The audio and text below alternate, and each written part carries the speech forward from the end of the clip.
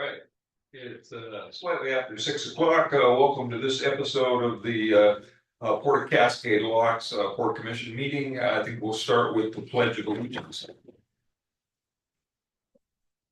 I pledge allegiance to the flag of the United States of America and to the republic for which it stands, one nation, under God, indivisible, with liberty and justice for all. Roll call, please. President Lorraine, Here. Vice President Clute, here. Commissioner Nats, Here. Commissioner Peterson, Here. Commissioner Dodd is excused. Commissioner Dodd. All right. Modifications, additions, and changes on the agenda. On the consent agenda, for item A, we'd like to add commission meetings for minutes for September 17th and September 18th as well. Oh, duly noted. All righty. Public comment. We have to approve the Either in person or is there anybody on the screen? Like you never need. Oh, never mind, sorry. Sorry to interrupt. Hearing none. Consent agenda. Approval of minutes from September 17th, September 18th, October 8th, 2024. Ratification of bills in the amount of $146,169.83. Approval of payroll for 9/20/24 of $43,506.65 and for 10/4/2024 in the amount of $48,399.86. I make a motion to approve the consent agenda in its entirety, as stated. I'll second. Okay, we have a motion second to approve the consent agenda. All those in favor?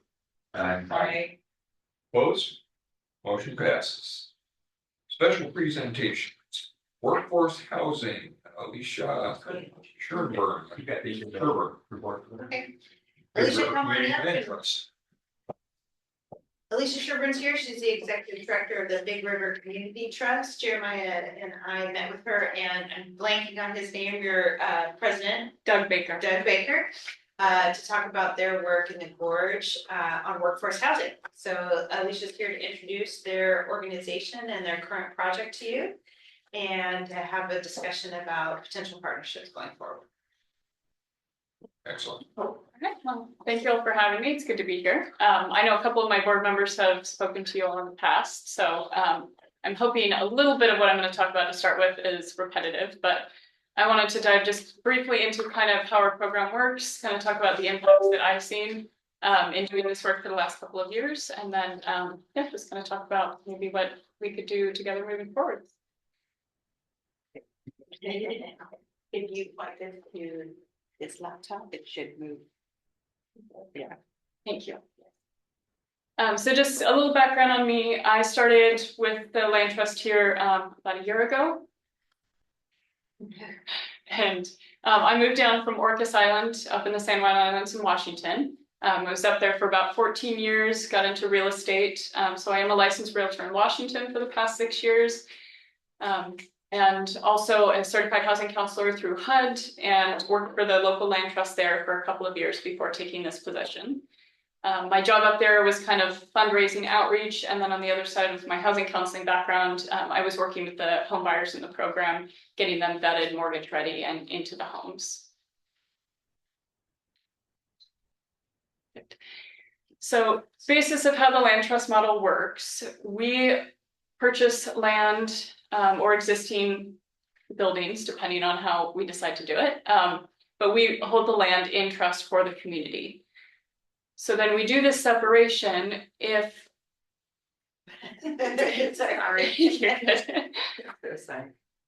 So when we sell the homes, we sell just the house itself to a potential buyer. They get to own the home like they would any other home, and then they sign a 19-year lease with us for use of the land underneath.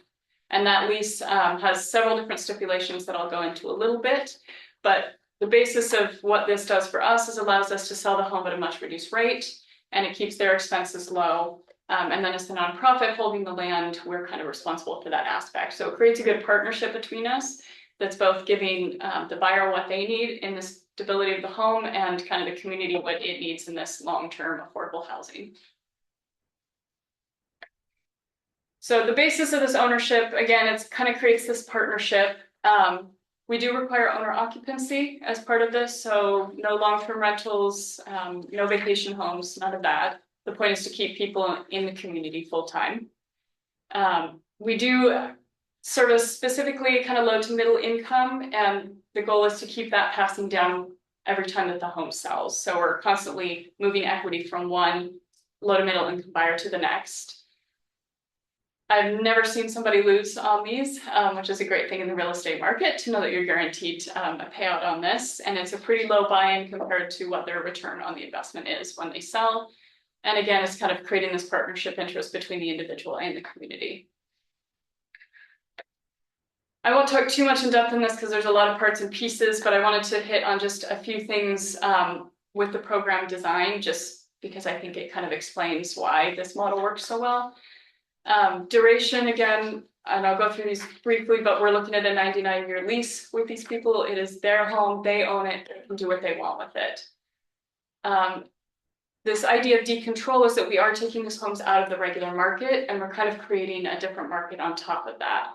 And how I look at this program specifically is that we are another rung on the housing ladder. We're kind of filling this gap between market rate rentals and market rate housing, which I think most of you know right now is a pretty big gap for a lot of people to make. Eligibility requirements, we do set income eligibility. We do require people to be members in the community, whether live here, work here, have family ties, something that way. We do try to make everything kind of easy to understand in all of our disclosures. This is a very different model of home ownership, and we want to make sure people really understand what they're getting into with it. Again, this idea, it has to be owner occupied, and because of that, and the fact that they own the home, they can still pass it on to their heirs. We do require certain levels of maintenance and upkeep as part of the lease agreement. So these homes have to be maintained in good repair, and we work with the homeowners on that, which means when they go to sell, we don't usually have to put any money, maybe a tiny bit into it, but for the most part, we're not having to reinvest a large chunk into it. Improvements, if they're doing any upgrades on the home, certain major upgrades will get some added equity for them, but we mostly tell people if you're doing something that's for you, so enjoy that, unless you're doing a big add-on. Financing is like any other home. We do traditional mortgages. I've done a lot of USDA mortgages in the past also, and that's something we work with the buyer to get them ready, and we partner with their lenders on that. The lease does require stipulate the resale formula. So this is the requirement that is kind of the basis of this limited equity model. They are building wealth, but it's at a set amount, and we cap it at 1.5% per year. And what that does is that allows them to consistently be building some equity, but it also means when they go to sell, we can target the same income level we did with the original buyer. The resale process is all done in-house. We don't usually use outside realtors. I know some organizations do, but for the most part, I like to do it in-house. I think it's a lot easier. And then enforcement, again, with that lease, we are able to kind of enforce all these maintenance requirements in that resale formula, which is a little different than a deed restriction. So kind of the big pieces and outcomes I have seen from this program in the last few years working in this is that it's just really expanding home ownership for buyers across the board. The regular market is obviously kind of only accessible to a certain group of people right now. And so we're really trying to spread that wealth and that eligibility factor. We're also preserving that access into home ownership for future generations, because these homes, the goal is to be affordable forever. And as long as the land trust is around to hold it, otherwise we would hand that off to another organization if something fell through with us. The other thing I like about this is that the supply of affordable homes never decreases with this program. Where certain things like deed restrictions, if you have a 5 or a 20-year deed restriction, it keeps it affordable for that period, but then eventually it's going to hit the regular market and you've lost that inventory. And so you have to continually be building more and more homes in this market. And the nice thing with this is you're always just gaining homes. The subsidy also in this is retained in the home, which means it is a one-time subsidy. one done, you never have to reinvest any more money. Unlike with other programs, subsidy recapture, where every time you would sell, you'd have to get more subsidy with the new buyer. It makes it really, really expensive to transfer homes. So this is kind of a one and done solution to it, which seems to work really well. And then again, we're not spending a lot of money kind of refurbishing or doing maintenance and repairs in the homes when we sell.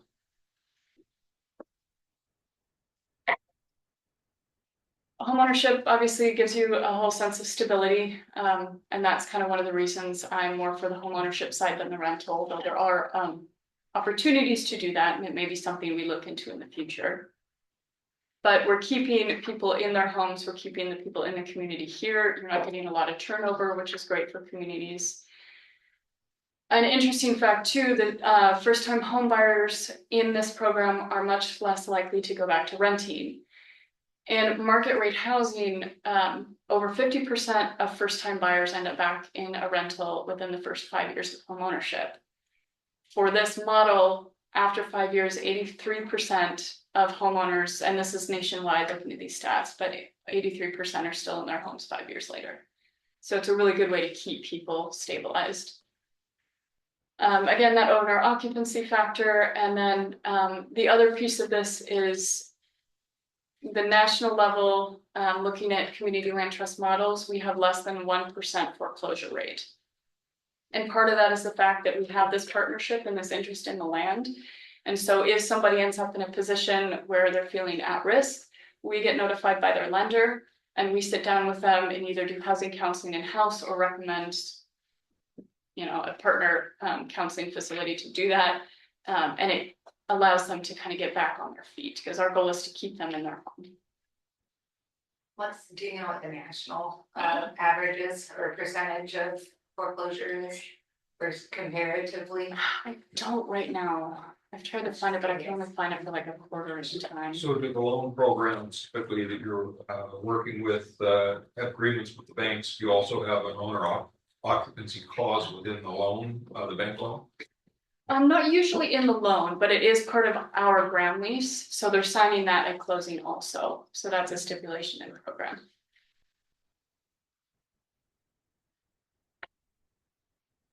Wealth, and this is always kind of one thing that some people are kind of have a hard time with, because it is a limited equity model. So one of the things I like to talk about is that wealth is more than just the home that you own. I think so much in this country we focus on that as your one way of really creating generational wealth. And it is a good way to do that, but it is not the only way to build it. So one of the things we look at is what homeowners are coming in with and what they're leaving with. So traditionally, we see people come in with about $2,500 to $5,000 is their initial buy-in for the home. That's what they're putting down cash in hand. I have seen people walk away, depending on how long they're in a home, with anywhere from $18,000 to $80,000 in their pocket. So it's a pretty good return on investment that way. Also, 6 out of 10 homeowners go on to buy a market rate home, which is a pretty good transfer, I think. And that's the goal, is we really want to see people, this really targets first-time home buyers in this program.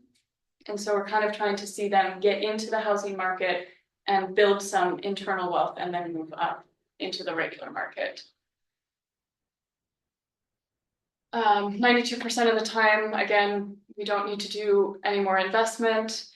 And then the long-term affordability restrictions with the ground lease, again, is just so much better preserving affordability.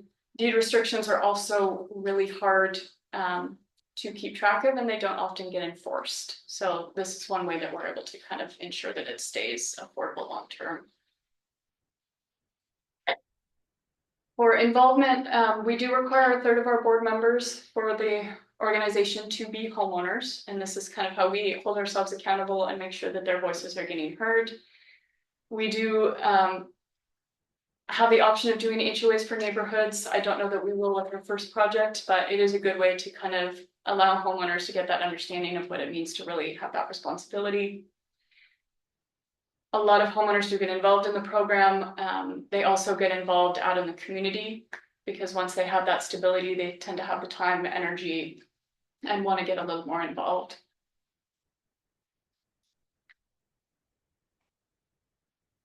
And then again, this kind of personal improvement. they did a national survey of homeowners and community land trust programs. And almost all of them said that they were in better health, their kids were doing better in school, they just felt better about themselves in general.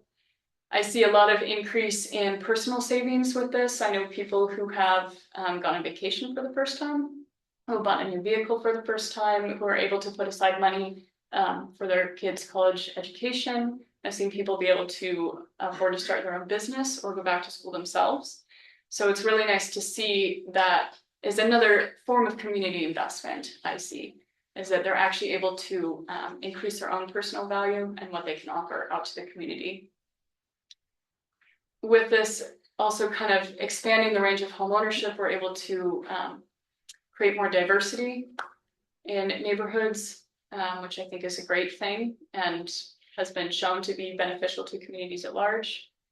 And also is just another way of looking at this. It's a great way to revitalize communities. I know groups that have used this model for commercial projects, for farming projects, community gardens, any kind of green open space, parks and rec, all that kind of stuff. So it's a nice flexible model that I think you can kind of maneuver to fit whatever the community need is.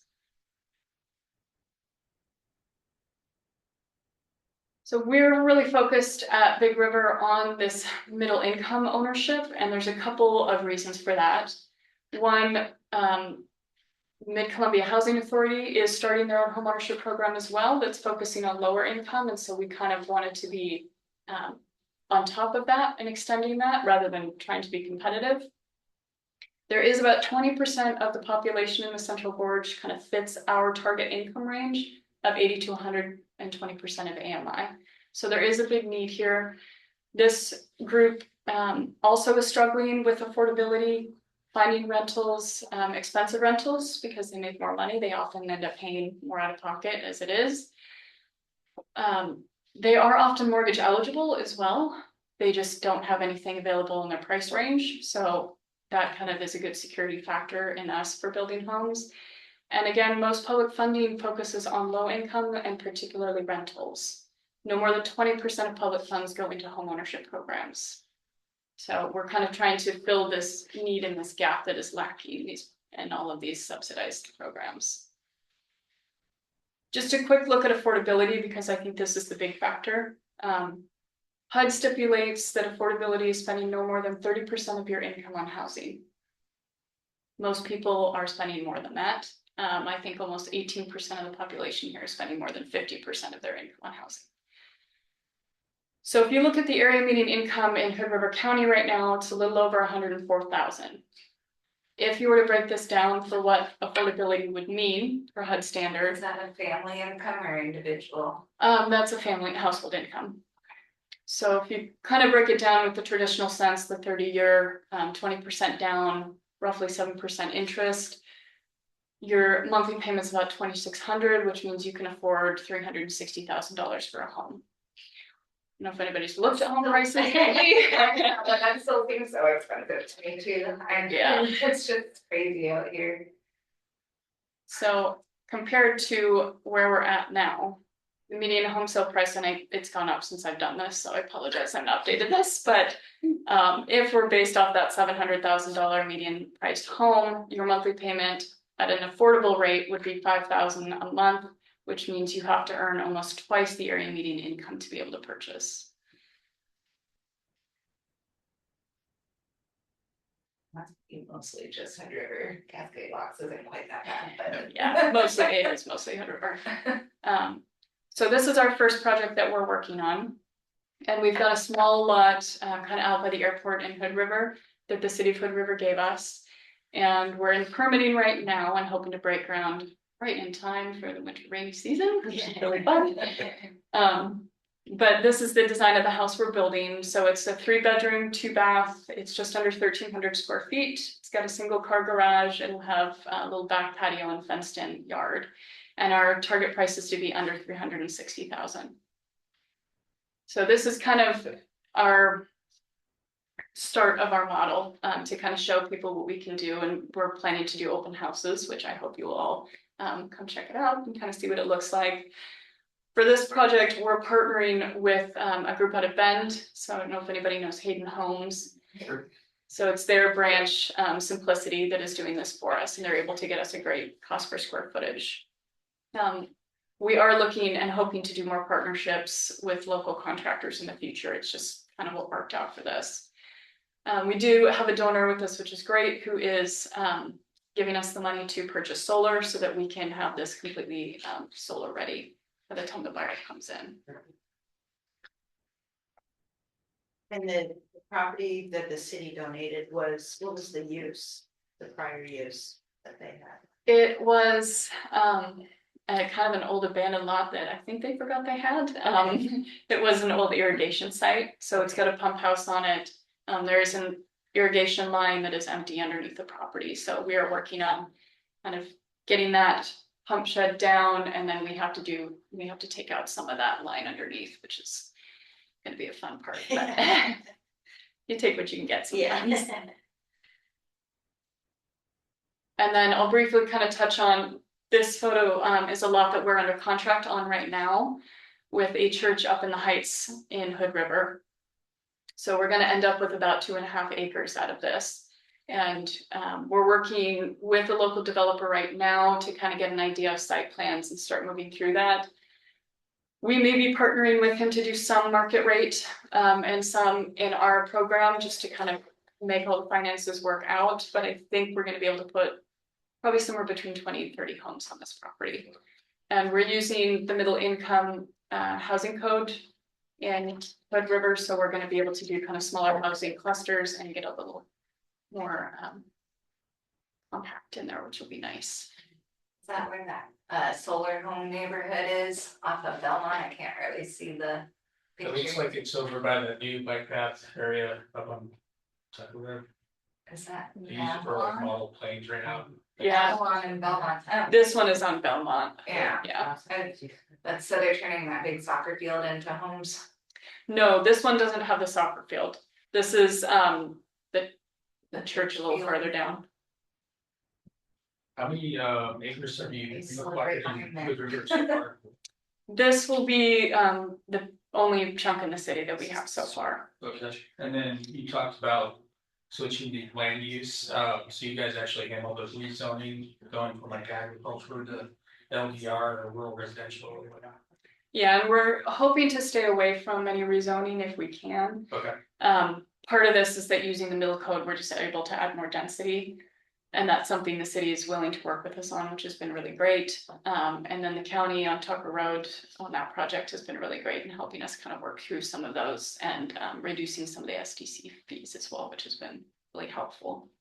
Is the middle code city specific or is that countywide? City specific, yeah. What's the average target number of years you want these buyers to stay in the homes? Ideally, I would like to see a minimum of 5 years because that's about how long it takes to really get yourself even on a mortgage. I'd love to see them stay longer. On average, we see people in probably 7 to 9 years, which is pretty typical in a regular housing market. Can you talk about the employer partner part of it? Is that? Yeah, I'm looking at some options in doing employer partnerships. There are different community land trust groups that are using this and have already initiated some project models, which is great for me because I have something to work from. And so how we're kind of looking at doing it is the employer would come in and do almost a direct subsidy buy-in on the home. So they would put down a certain amount of money for say 2 or 3 houses. Each house would have a direct subsidy buy-in, and what that does is allows them, when we do the lottery system for buyers to get them into home, that their employees would get priority preference.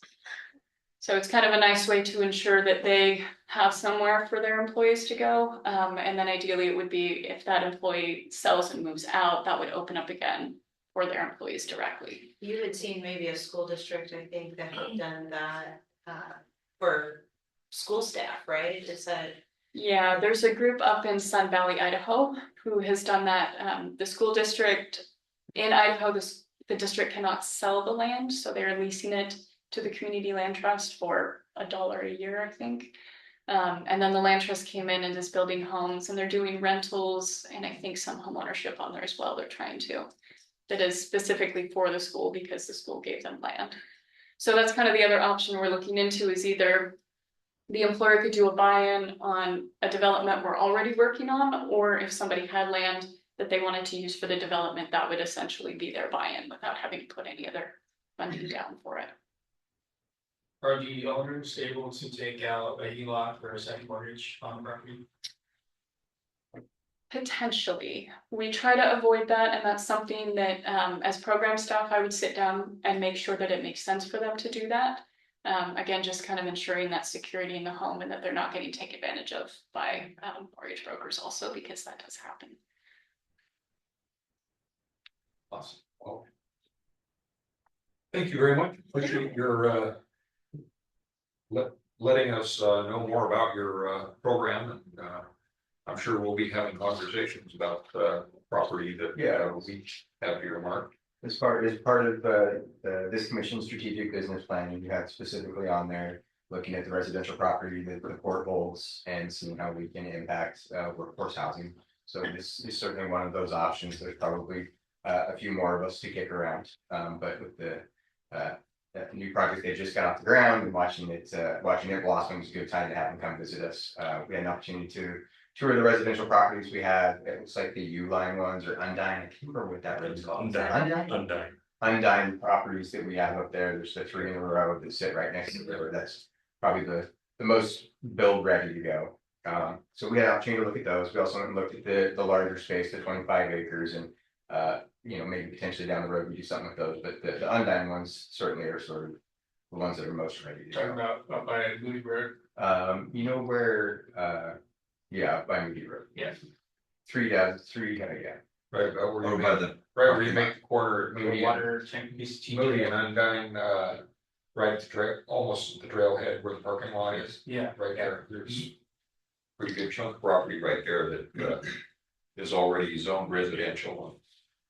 Yeah, and one of our goals too is like, we're really looking to do partnerships with other organizations, because we're obviously just one niche of housing. So I have spoken a few times with the housing authority about, if something came up that we could potentially partner on, and they would handle rentals and we would do homeownership or some variety, so that we're targeting a wider scope also. I do appreciate the presentation. It's been awesome so far. I am curious if you could explain just a little bit more about how you keep it affordable, if it's like around 360,000 to start.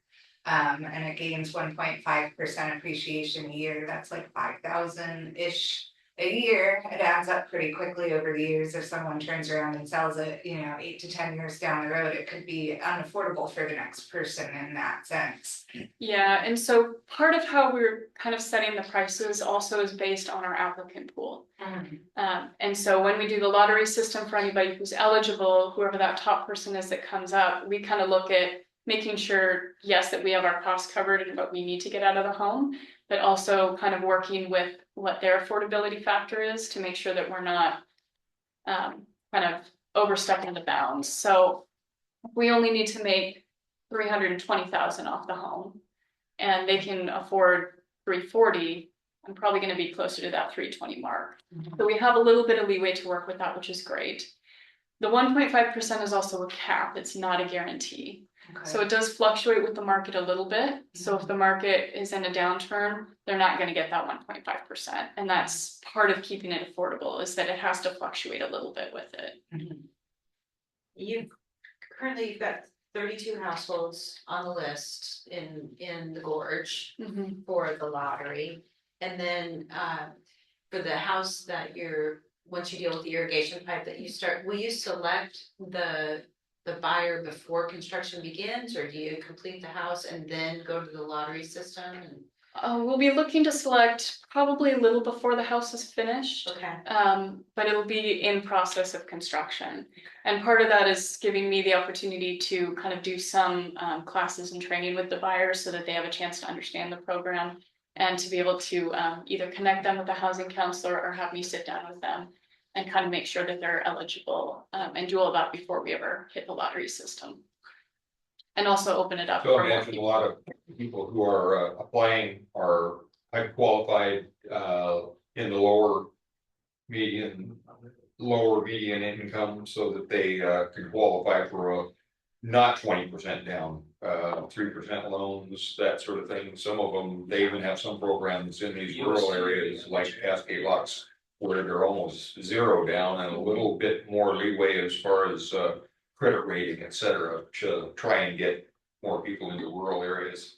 Yeah, and that's part of it. There are several different banks and institutions that work with community land trusts, not all of them do.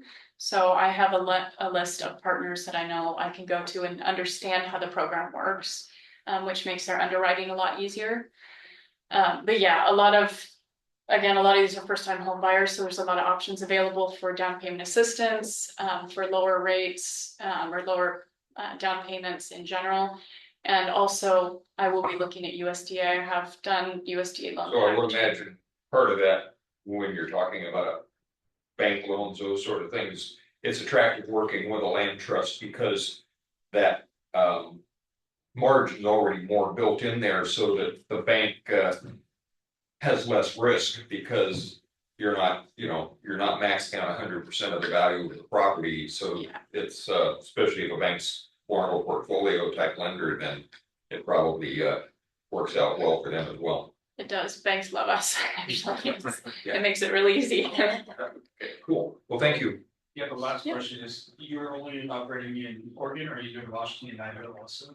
We are doing both Washington and Oregon. So we're set up to do Hood River and Wasco counties and then Skamania and Klickitat.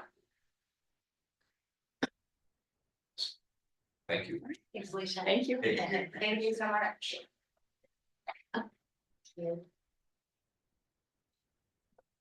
Janetta, I think you're up. That's manager. While we're getting the presentation switched out here, I just wanted to say, I've watched Janetta navigate this summer, and it's amazing to me the tremendous amount of business that this singular port employee with a seasonal temp assistant has managed, and I think I sort of messed with tradition a little bit. Usually Janetta presents her annual seasonal report along with the coordinate the producers of large events like PCT days and things like that. And I wanted Janetta to come in and present to the commission by herself before you hear from the large events, because frankly, I think they'll overshadow the successes that she has put in place for us at the port, specifically with wedding businesses. So this is her annual report. It's your annual report part 1. You will hear from the event promoters in November. But I really just wanted to have a chance for you to speak with your events manager directly about the business of events in the port. Hi. The seasons, I was thinking the season was over and then I looked at the calendar, I was like, oh wait, no, it's not, not yet. Not yet. Oh no, we had it. Oh, there we go. There we go. Wait. And these are all pictures from this year's I can see the little couple, you guys. that are like right there. Barely. I thought that was the coolest picture. Pretty, it's all about Should you. make this too. Yeah. Give her a mug. Yeah. You're the best. Thank you. That's what I say. All right, so hello. We are nearing the end of our peak-ish season. Our last wedding is first weekend in November. So we've grown this thing from June and July and August to April through November.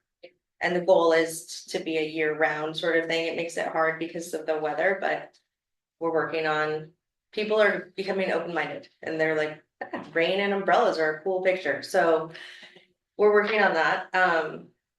But exponentially so, it's grown quite a bit. So this year we had, so far, we've had 40 weddings. And they've gotten larger, 150 to We maxed out at 200, but we did have a few that were above 200. They're responsible for these. Who was that people? That's what I say. But they make it work with picnic tables and additional seating that they are responsible to bring to the table. And so it's interesting to see how they work it out. And we have 2 wedding sites on the island. We have Red Bluff, which is the one that has the built-in arbor, and then we have Burnglen. And this year, I think we did 3 on Red Bluff. And the rest we did on Burnglen. So It's a beautiful spot. it's a great spot, and more enclosed. It's away from the public because they come into it knowing that it's a public park. And it's got a gorgeous view. It's a good spot. So yeah, and these are all pictures from this year, that's all I can fit on here, but there's a ton, and they're really good about sending me the photos so I can use them for advertising and stuff like that. So it's really, once they book with me, we become family. Yeah. So it's been a long summer. I'm so yeah. 40 families. I have so many sisters, 40. And then Marine Park events. Marine Park events are getting bigger and a lot more people are showing up. We're looking at along Bridge of the Gods next year with their 10th year anniversary. I think it's their 10th year. Having 2 marathons, having a Twilight Run and having their Bridge of the Gods. And what that's gonna entail, how many people that's gonna bring here. PCT Days was the biggest it's ever been. It was a lot of people, a lot. So Parker and I are really tired. 529 island campers, man. There were a lot. There was, I mean, as far as the eye could see, there were a ton. I didn't put I don't really have room, but I didn't put the Cross Crusade, which happens this weekend down at the business park. And Is that a mountain biking? What is it? oh, it's mountain biking. And they it's their Halloween one, so they do costumes and stuff. It's pretty funny. That's cool. People are pretty hardcore about it. They have a couple hundred registered, but it's a sport where people mostly show up the day of. So they can say, okay, we have 150, and then when it's said and done, 500 have gone through there. So then that's always at the end of the very end, right before or right after I do some sort of presentation. So that's happening this weekend. If you guys want to check that out, it's pretty cool. So yeah, and I've separated Marine Park events from the Locks venue because it gets too confusing they're different animals. That's why I have 2 separate slides for this. Any questions so far? Oh, about the wedding stuff, have you seen the need for golf cart rentals by chance? Like helping seniors or supplies get around the island and stuff? Yeah, no, well, it is so spread out that if you have any family member with a mobility issue, getting over the island poses a problem, right? And going from the Locktender's house to the island and then going back to change and to grab this stuff, the back and forth stuff. We also don't allow vehicles over the footbridge, and they decorate and take stuff over, so they can get a golf cart that they can flip it back down and put their stuff on the back and take it over there. It's handy. So if we got a smart car with a little trailer, you could use that to taxi. That's about the right size. But yeah, it's absolutely, because the property is humongous. So yeah, golf carts are definitely a go. I've seen a few locals in town rent them out on a website. I forget what it's called, like a friendwith.com. Yeah, But some people have used it like 3rd-party use for the wedding. normally they would go through a company for the last few years, and then this year they rezoned, and we're right outside of that zone, so the minimum to deliver a golf cart is $800. That's not feasible for a ride. Yeah. It's just not at all, so, and it was a necessary evil. So, and there's people that have golf carts, so I just kind of felt it out, and it actually worked out quite well this year. So here's some year over year and then projected. Right now we're sitting at 142 and we still have a whole half of a fiscal, right? So our fiscal starts on July 1, ends in June. And we're already, we're booking in 1 to 2 years in advance for weddings. So 24 and 25 is already. That's just the amount that she's booked so far. Yeah, She's- and that's the one that we're in another right 6 now. months to There work could with, be some more, Oh, yeah. like maybe another 20% or Yeah. something. Yeah, definitely. at least. This is my job. April through October, November is just executing. It's imperative that we get good reviews.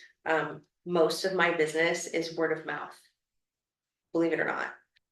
They talk, the forums are small, it's a very tight niche sort of thing. And I would say 7 out of 10 brides, someone told them about us. They came here for a wedding, it was word of mouth, which is interesting. So having a good showcase, having good word of mouth, turns out is super important. The reviews are super important. And there's a lot of intricate pieces that go together with a wedding that are kind of out of my control, like a day of coordinator, these sorts of things that are supposed to handle it.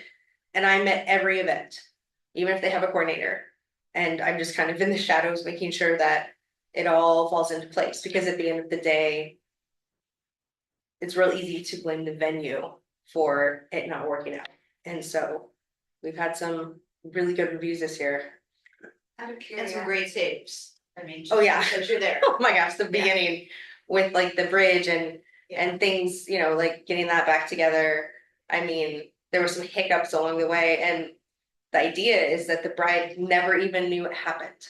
It's seamless from beginning to end, and that's my goal, and I've executed 100% in that way. So So I'm assuming you have plans for what potential upgrades could be made to our facilities to oh man, I facilitate, do. facilitate more bookings, whether it's Yes, winterizations, right. awnings, dressing rooms, et cetera. Yeah. We'll be anxious to. Yeah, we'll get to that. out of curiosity, That's coming up. if you have weddings that are like 200 people, where do they stay in town? Like, is that a There you big go. complaint up there, is that there's not enough lodging? There's not enough lodging. There's not, and the trend is to stay at the venue. They want to stay at the venue. Right. Um, I mean, even if we converted all 3 houses, there's still not enough lodging for a 200-person wedding. right, See, now, if we retrofit, our campground at some point with hotel, tiny Oh, cabins, yeah, To little where cabins, you got, half a dozen cabins, single room, right, little cabins. That would be a real asset for the venue. I did the count last year, there's only like 120 formal hotel rooms available in the city, not counting KOA or the campground, so it's very small. and there's weddings going on at Gorges, and there's other Right, things yeah. happening and festivals happening. I mean, Hotels. they're booked up solid here pretty often. And the trend is, and what's happening is that the weddings are renting out our campground. They take the entire thing for 2 days. Whether they have people that end up staying there or not, they rent it out. And they do it a year in advance. So that we get to see those projections. They don't cancel. Weddings don't cancel unless there's a major something, someone got sick, something like that. pretty solid. We launched, me, launched a website. In addition, outside of the port's website, because it's confusing. People are like, your government, what is this? And the response has been overwhelming. We've had, quite a bit of traffic. A lot, the inquiries come in daily. I just wanna say that Janetta designed and launched a brand new website in the middle of this summer's busy season. So it's just That was a personal challenge for myself. and has booked some weddings through their website. And it's been nice for me personally because I can go into the back end and all my inquiries are there. And I can use the backend software to make sure that I'm responding to everyone and organize the way that I need to outside of the port. And if you go to the port's website and you click on venue rental info, it takes you directly to the locked window. And the website's all mobile friendly. Yeah. Yeah. That was that was an interesting thing with learning that you have to do both and make sure. That's an accurate number there, because the company I work for is WebHosting Company, it's about 70% of website traffic is through mobile. I mean, that's what's there, readily available, so it makes perfect sense. And like that picture, that's a picture from the venue. That was a collaboration, mock-up photo shoot that we did with a photographer and a wedding coordinator and a dressmaker, and we gave the time and the space and we got rights to the pictures. It was totally worth it was great. And so I'd like to do another one of those. All right, any questions? Okay. Facility conditions. They get a lot of wear and tear. There's a lot of people going through these facilities weekly. House 3, I mean, it needs to be cleaned up, right? It needs additional power washing. Parker did some pressure washing, and then you can see like at the bottom of the stairs, the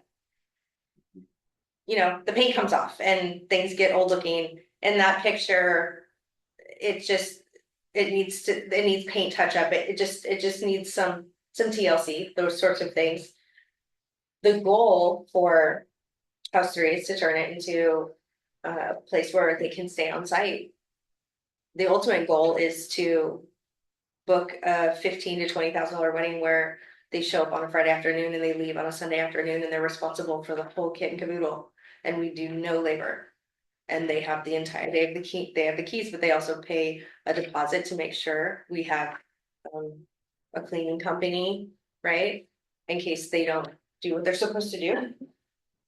And instead of booking so many all the time, we're booking 20,000, you know what I mean? Every weekend is booked in that sense. And there's some demand for that, like it seems like there's some inquiries that people want the whole weekend. Absolutely, they do. They wanna get there on Friday, they don't wanna have to be pressured to leave until Sunday. Well, and based on, it's the trend, but it's also based a lot based on ethnicity too, right? So Indian weddings, it's like a 3-day long event. I have 2 next year and they're showing up on a Friday, and they need that day before and the day after. We did kind of a test run this year with this couple, and it was awesome. They were like, this is the best venue ever, because we had a rehearsal dinner on House 3 grounds. We had our ceremony on the island. We had a reception at all these different places and all of their families came from East Coast, and they were super impressed with how gorgeous it was and the diversity of the property, and how seamless the whole thing went. So we need to put a shower back into House 3. There was a tub that got extracted at some point. Some furniture, that sort of thing. It will additionally help in the off season where it's just sitting collecting dust and utilities, we can rent it out year round, and that would be the goal to do so. To bring in profit from that individual, because they're all individual rentals. I just grouped them together because it sells easier. And then landscaping, so between basically the maintenance shop and the grass, there needs to be a fence there. The things that happen on House 3 grounds are intimate, and they're, they want it specifically for that view. And so it's all about aesthetic. So I would like to, and you can see it in the second picture, behind her is the shop, and it's, you know, like It'd be that's nice to have a fence that had lights or flowers. something, yeah, something that, you know, made the picture aesthetically pleasing, so. Those are plans for that, the pavilion. It's great space, the doors need to be, so it needs to be pressure washed, paint touch up, that's normal stuff, but the doors, all 3 sets. This is the last, I don't know if we'll make it through another season, honestly. They're getting pretty bad, they're, one door is, I had to install a thing because you could pull it halfway open, the door that leads out into Marine Park, you can see under it, and the frame is rotting out, you can see that in the pictures. Oh, sorry. Is it just because the frames are rotting out, or people been messing with them? It's Trying to, like, break probably both, but they're old and they're wood, and it When was the building built? it was remodeled in, I believe, 2006, that's when those doors went in, so. It used to be out, that pavilion used to be outdoors, and then they closed it. Oh. Yeah, that is, so it has the original pillars and floors, that's all from when it was, the Sternwheeler used to have their dinner cruise, and they would go on their cruise, and then they would come back and they would set up tables and chairs every single time they lugged it out there and do their whole thing, and then they'd have to clean it all up and put it all back, and at some point someone said, well, let's put some walls and bathrooms, and that's what happened. Do you think that if we get new doors, it would help improve the sound issues of the railroad next there, or do you think the windows are not suited for that to like? You know, I'm not 100% sure, the windows seem pretty good, but at the same time, it's so close to the railroad. And when people book, like, they know that they're signing up, that their tracks right there. It's, luckily, you can't hear the railroad on the island, which is the #1 question, right? We used to have, Yeah, we saw and that, it was just everybody would pause right between the speech. Absolutely, the doors don't help. Yeah, I would think with something that gets that much wear and tear, opening and closing and Yeah, that sort of thing, might be worth considering, steel frame. That's what we're looking into, is a full redesign. Steel frame, that way they're not gonna Take break. it out. Yeah. Yeah. A little more expensive, but probably worth the investment. and it's I think the doors is a special situation when you're dealing with weddings, particular, as I think Jeanette is expressing really well, you really have to protect your reputation. That, you know, it's a red flag to me that the only text that I get at 11 o'clock at night, because it's keeping Jeanette up, is about the doors in the pavilion. And it, I think she does see it as a risk to the business. Right. So it's more than aesthetics, it's more than it would be nice, it's an actual security. threat to revenue in the Right. future, so we wanna address it, put it on a, you know, high priority. Yeah, For I would future say, as investment. far as fencing goes, kudos to Gorges. The fencing that they put up, I think, It's beautiful. as far as being attractive and durable, Yes, the way they did that kind of, you know, staggered fencing on 6-foot centers and all of that was. I love looked it. really nice along there, something that's, you know. Yep. it's simple, it's Both tasteful. stout and attractive and, yeah. All right. So I don't have a lot of complaints, I mean. I use what I got, but when I can't, that's when I bring it to you. Capital improvement recommendations, near future improvements, the doors. The doors are my number one thing for so many reasons. The fence would be super helpful, especially as we move into weddings that are renting for consecutive days on a weekend. I would like to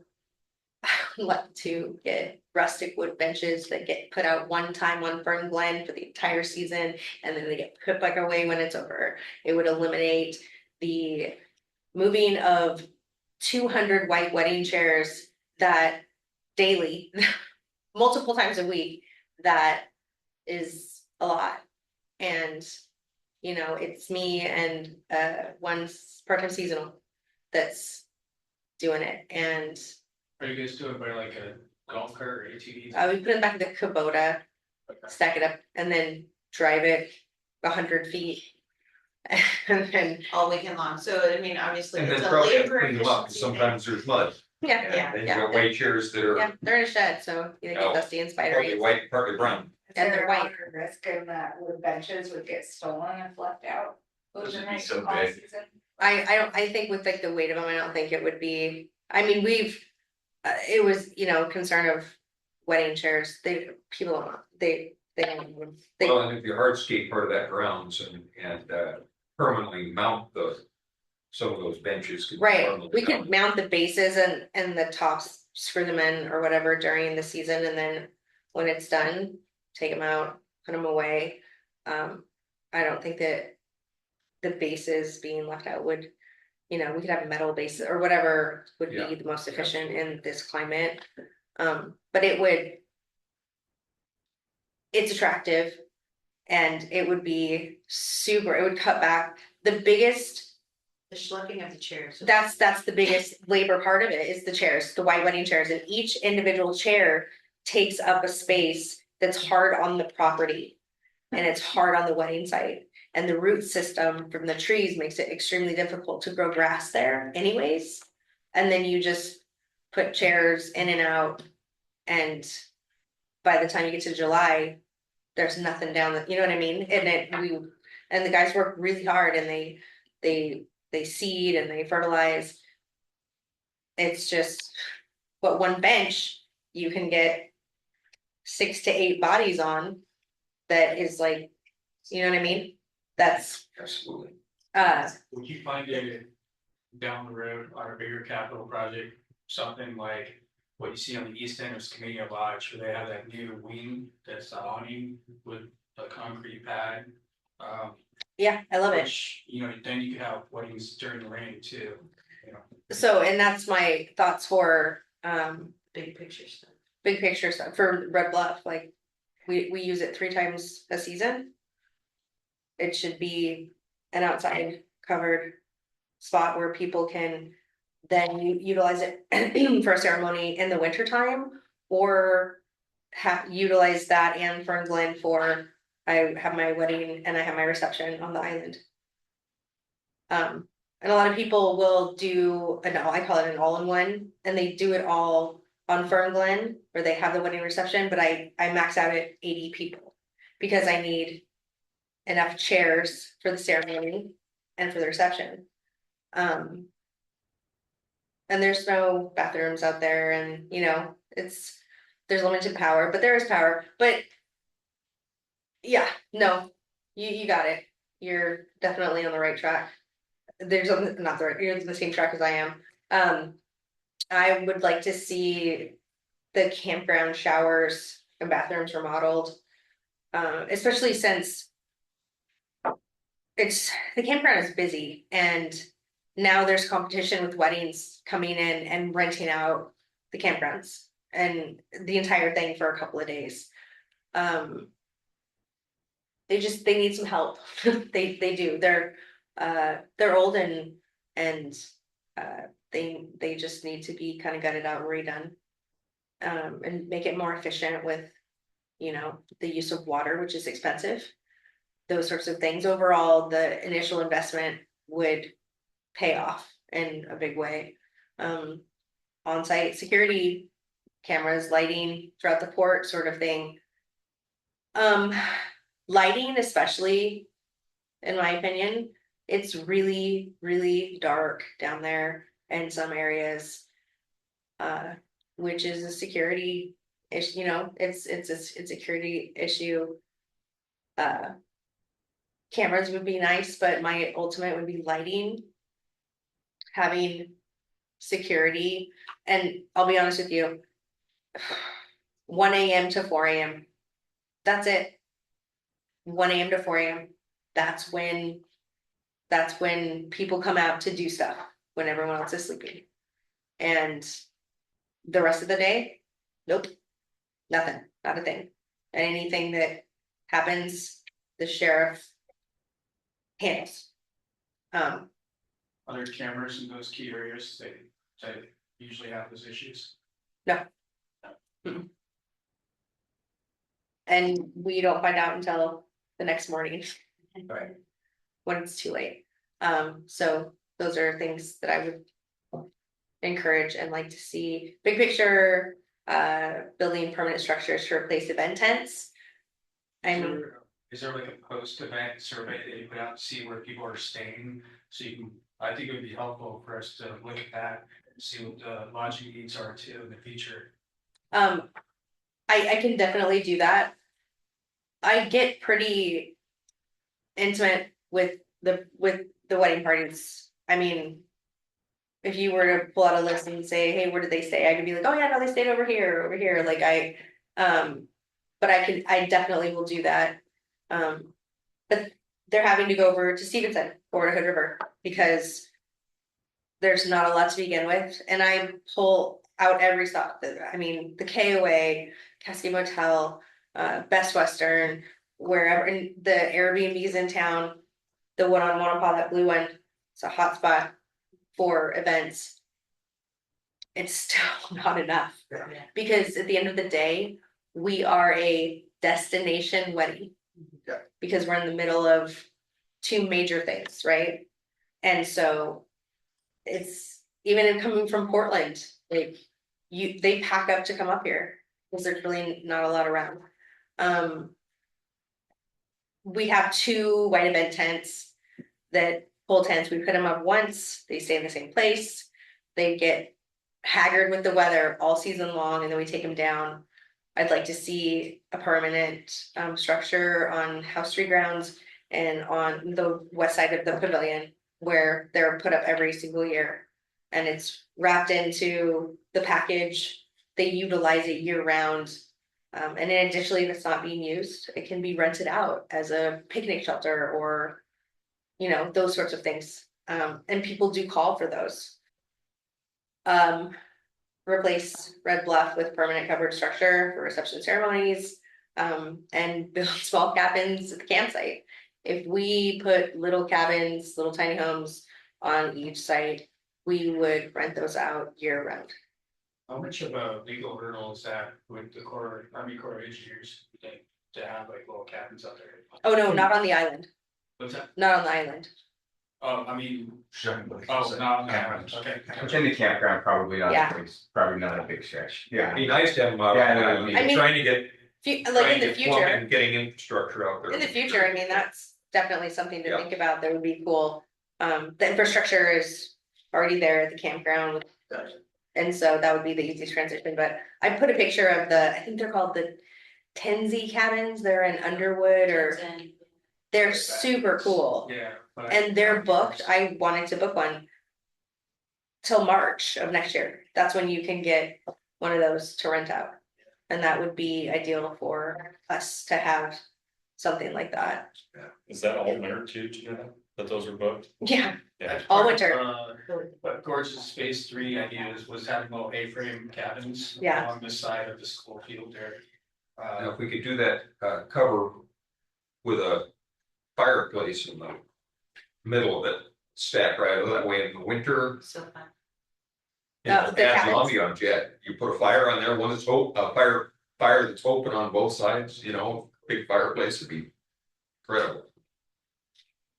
Yeah, I mean, there's a lot of options that would Have be. you had the amazing. need to seek out partnerships for equipment rental outside of what the Fort has? Like, have you reached out to Gorgeous to see if you could use some of their stuff, or if they're willing to do that, or?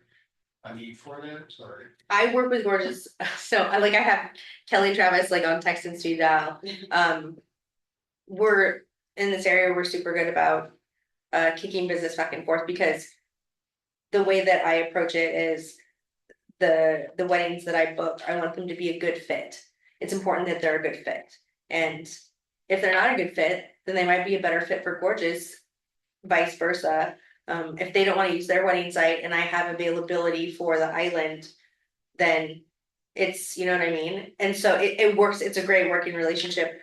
I was possibly gonna need 10 to 20 white wedding chairs and I sent a text and they were like, yeah, whatever, come get them if you need them. So yeah, they, but then I refer catering because when people want to do it local, so we work together. It's good. And I try to include everyone that I can that is interested in town. My first initial and ultimate goal is to take the business here. And I mean, just like you had the wedding that came down and, like if they want to do after the wedding stuff, like Buddies is open. We can keep it in town. That's Last weekend, there was a wedding at Gorgeous, and I noticed all these dressed people walking back to Best Western, all the way from Gorgeous. It's a little bit of a walk, but it actually forces them to walk through the whole town. right. It's perfect. So, yeah. And keeping them in town, staying in town, like they're gonna walk through town and they're gonna stop and along the way, so we try to do what we can to bring the people here and then keep them here. So with the improvements, totally hear you, totally in line with all that. My question, I have two questions and they're seemingly similar, but they're actually very different. Okay. Obviously it's a business. So from a revenue standpoint, where do you feel that we're losing out on money? And the second question is, and they are very different, is where do you think we can make more money? Perfect. So where we're losing out on money. When I took over, we were booking and selling these services for dirt cheap. Mhm. I mean, 70% lower than anyone else. Yep. I've consistently increased the price every fiscal. A package is $7,000 now. When I started, it was like 2,300. And they got all of it and the setup, they got the same thing that they get now for quite a bit less. Same with the big events. Some of them are super grandfathered in and pay nothing. Yeah. And they want to utilize. Sometimes big events cost us more money than You got brings it. in, and we have Yep. to start analyzing it. I agree, but so I'm gonna keep on going. And then, of course, empty facilities. Right. That cost us money. I scaled back heavily on labor this year to see what I could get away with, the very minimal I could get away with, and it was quite a bit. You know what I mean? Having the person under me instead of maintenance and scheduling and knowing how long it takes and then setting that bar. It went from a full-time job down to like 10 to 15 hours a week, possibly. So I guess so how do we make money? yeah, well, I think there's still, like, to me, it kind of feels like there's still some places that we're probably losing out on money. Like just in the sense of, yes, we can raise rates, maybe more rental spaces for us, like with some of these improvement projects, totally get that. But then where can we make more, like, these aren't about golf carts, do we need to add golf carts to our fleet? Do we need to add another wedding site? What do we need to do with those particular areas? So, and those two go hand in hand. How do we make more money? Having the facilities booked year round would make more money. How do we do that? We have to accommodate a different animal in the winter, right? So, turning House 3 into an Airbnb or a rentable place for people to stay, because even though there's not a lot of those summer events happening, people are coming through here. They're coming for holidays, conferences, things that are happening at Spaney Lodge, things that are happening just in the general area.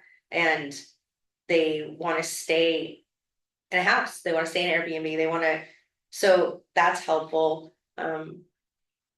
Sarah, I mean, the island goes radio silent at a certain point. I can't guarantee you snow for a wedding. I know that. If house one, house two, and house three were all vacant and could be booked as Airbnbs, I would think, or for wedding venues, I think that would be. For lodging, yeah, for lodging, I mean, we would make. I mean, they cost us money now, right? So we would be making money. It's hard to, and bringing. It's hard to bring stuff up here from December until March. It really is. And as much as I reach out, and I mean, I tried to get, at the beginning, I tried to get So Far Sounds up here. I don't know if you know what that is, but it's a music thing, and you get on a list and they'll let you know when, if your name comes up for tickets and you don't know who's playing and you don't know where it's at until the last minute, and you end up showing up at maybe someone's super amazing craftsman house, then they're having it on their back patio that's like amazing, or it's a winery, or and we used to do that and we had the best time doing it, but they wouldn't come out this far. We're too far outside of the city for that, and they haven't extended to Cascade Locks, or but then past us, once you get to Hood River, it's bigger, so there's more demand for things. I guess with the question of where are we losing out on money, I guess I was kind of more in the thinking in the vein of like, what are people asking, needing, requesting? We just always just say, sorry. Amenities, Okay. but amenities aren't always worth the request. Okay. I mean, we could provide linens, but then we have to launder those linens. Right. And laundering linens is expensive. Yeah. And people don't always just want white linens. They want sky blue or lavender, or Yeah. so then we have to build a new shed to stock, you know what I mean? Right. Like the costs associated with some of those things just aren't worth it. I would like to continue to increase the price, not obscene, but I can't in good conscience do that when we need new doors in the pavilion. Right. When I'm showing this to people and they're looking at the exterior and the interior of these things and thinking about how much it's gonna cost them, and they're like, I'd like to see a cost benefit analysis of some of these upgrades, like how much is it gonna cost to do these versus what is it, how long is it gonna take to get our return on the investment? yeah, And we'll try to get that stuff for you guys before your budget planning process, this is, kind of a quiet season, now that Genetic can shift into planning and getting cost quotes on things, and we can start putting a plan together for your budget process. The other thing that I think our venue cannot offer that we don't have any power really to change is we don't really have an exclusive use option or a privacy right, situation. It's not like going to a vineyard where you have the whole vineyard and that kids aren't gonna run by with their soccer ball, I mean, it's just but Janetta does a great job of managing the expectations. Folks know that they're getting married at a public park, they know that there could be noise and other uses. And so there's kind of a ceiling to how much we can charge when we are not a private venue. And we're getting close to that ceiling, I think. Are you not there yet? But there's close. still some room to increase, but right now with what other people charge, we're in a good spot. I mean, if inflation continues and things continue to go up, then we have to accommodate that, because that means our electric costs more and things cost more, and we have to be able to support what we're doing. As There's we, also there's another opportunity, interim solution before we build new structures or something for lodging or expanding or upgrading the amenities in the campground though. there's a service called outdoorsy.com where you can rent these kind of boutique RVs and, you know, you can park them in the campground. And then, you know, maybe add an extra buffer on it to make some money for the operational costs of it if, you know, the client requests something like that. Don't you're. Outdoorsy, no, okay. So, you know, also something, just why we're having this conversation and talking about this, something to think about, certainly something me and Matt are gonna be thinking about here after the first of the year. And sitting down with you guys when we do these budgets. And also doing the new, setting up the new accounts and sort of the way that we budget. You know, we green mowed grass. It's very expensive. Is that Very for- expensive. And is that for a park? Is that for an events business? Is that for a campground? Right? And so it becomes sort of difficult to manage. And then also, if I didn't have events business, I still have to have green grass. So is that just the nature of being a port? Right? So when we look at like a cost benefit analysis, some of these things like new bathrooms at the campground. Whose money pays for that? Is it events money who pays for it? Is it just the port's money who pays for it out of our general maintenance fund? Is it a campground that pays for it? So just things for you guys to consider as you start to go through some of these businesses and look at some of these expenses, and you know, things like a security camera. Right? Do I pull that from the event business's budget? Do I say, okay, security camera is great, that's on you, knowing full well that that benefits all the businesses? Do I spread it across them? How do I do that? And we've done it a number of different ways, a number of different years. I mean, you kind of look at every executive director and they took a different stab at it. We're going to look at that this year and really come up with a way that we feel like makes sense. But something for you guys to consider as you go through some of this. So it's like that cost benefit analysis. It's like, yes, there's a cost to this and a benefit to it, but the benefits spread across, you know, multiple sections of our business, not particularly those doors. That's pretty event focused, but you know, there are events that get used down there. One's happening tonight that don't pay to be there, right? And That's, so there's those sorts of things of just as we sort of tackle this, it's something for you guys to keep in mind. I don't want to detract from it, but it's and that's spinning something around in that, my head. It's I'm like, you're gonna gonna sort start of keeping list of track of things that would be great for is the event business. how much lost revenue we have from Right. people using the facilities for free. Right. Or at a nonprofit rate, those sorts of things, so that we can get a better idea of, oh wow, we gave away basically X number of dollars this season that we could have made. How do we negate that? Is there a program, sorts of things? Yeah, so the way where I'm coming at from, and this is why I had those two like those questions, is that you've been doing an amazing job growing this. I know that everything that is happening with those buddies, we talked about it, it like brings a ton of people, memories, money to the town. We have a great thing here, so how do we like help you put more gas on it to grow it more? And that's I guess my bigger question. Not something that we're going to answer tonight. Right, that's But what I it's would need to something like, that's like, but ponder it's just about. something, yeah, something for you to think about. It's like, where are we losing out on money where we could be making it? And what could we do to make even more? And you had said that, we'll see you again in November, is that right? When the November other guys, and would love to, have more of these conversations, for you to wrap your head around other potential ideas. In the interest of time, I think we should probably consider, our executive session shortly, so. Okay, so it's up to you guys' meeting, whatever you want to do. I guess. Just make sure you look at, we're gonna email you these reviews, just because. definitely Yeah. I wanted to make sure you guys saw the reviews, that was the last slide. She does get really over the top, I'll give her over the top, silly, long, detailed, well Amazing done. reviews. It isn't just thumbs up. Like long, Yeah, and they're like lots of stars. And Yeah. and those are the ones that really do get people coming and saying, hey, I saw this, right? She has touted for a long time that our reviews, which we had previously, have taken a lot to dig out from under. Yeah. And it feels like we have. I couldn't fit them both on there.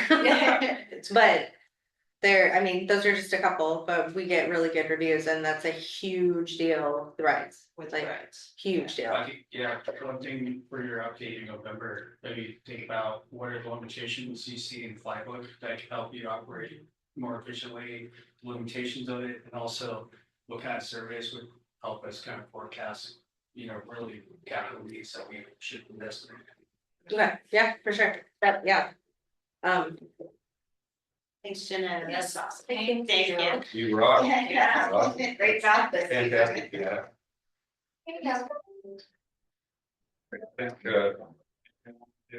I think, it's time we go right into our, So we've got an executive director report. I think we could probably table that now, and if the commissioners have any specific questions they'd like to ask, I know that you had something that you wanted to bring up. And if you guys have any specific projects you want to point out that you're working on, we can get the executives, get to the executive. reason being is, I think everybody's aware that there's a candidates night tonight, and as we're pushing up against that pretty close. I think we'll, at this time, go right into executive session under RS 192.6602E, real estate negotiations. Final action and decisions on these matters will be made during regular session. Okay. Give that hand those hands. Under RS 192.6602E, which allows the commission to meet in executive session to conduct deliberations with persons designated by the governing body to negotiate real property transactions. Representatives, the news media, and designated staff shall be allowed to attend the executive session. All other members of the audience are asked to leave the room. Representatives of the news media are specifically directed not to report on or otherwise disclose any deliberations or anything said about these subjects during the executive session, except to state the general subject of the session as previously announced. No decisions will be made in the executive session. At the end of the executive session, we will return to open session and welcome the audience back into the room.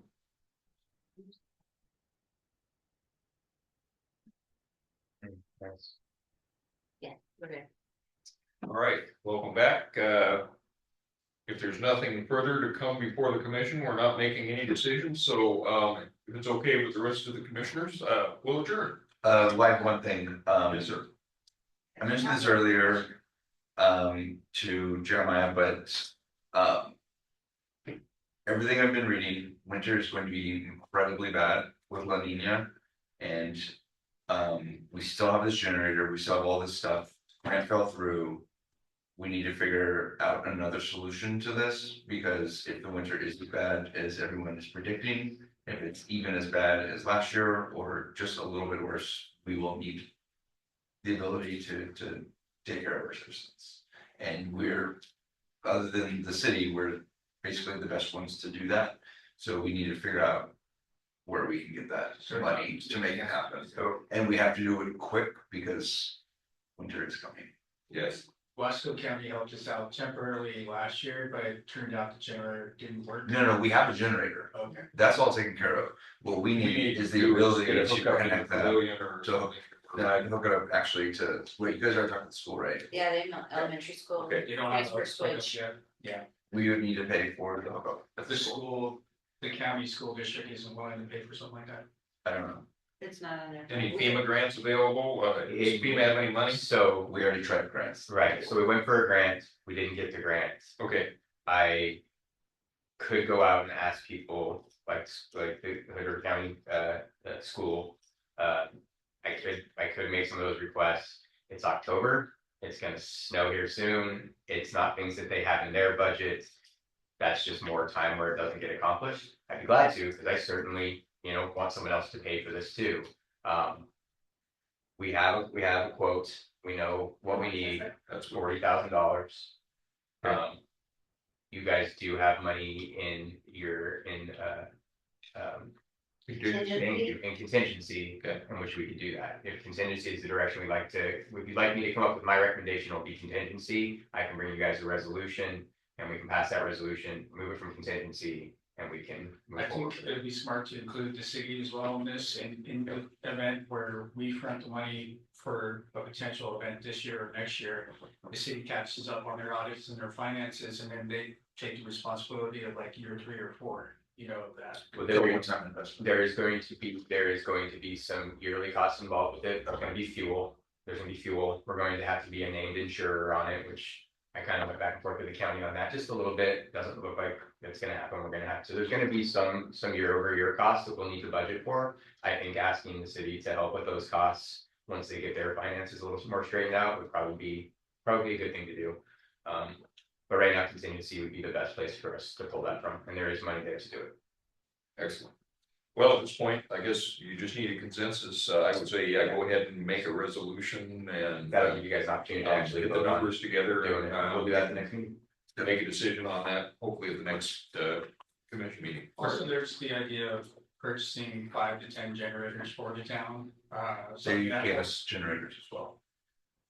Right, like 4,000 to 5,000 watt generators that run gasoline, we buy, 5 to 10 of those to have on hand in case of emergencies, maybe something that the fire department could be in charge of distributing. So when we visited with the county, they gave us an industrial size generator as well as smaller generators like you're talking about, as well as. I just knew about the big one, I didn't know about the little There's ones. smaller ones and the cots and the blankets. Well, I don't know if that package has been put together yet, but that was talked about.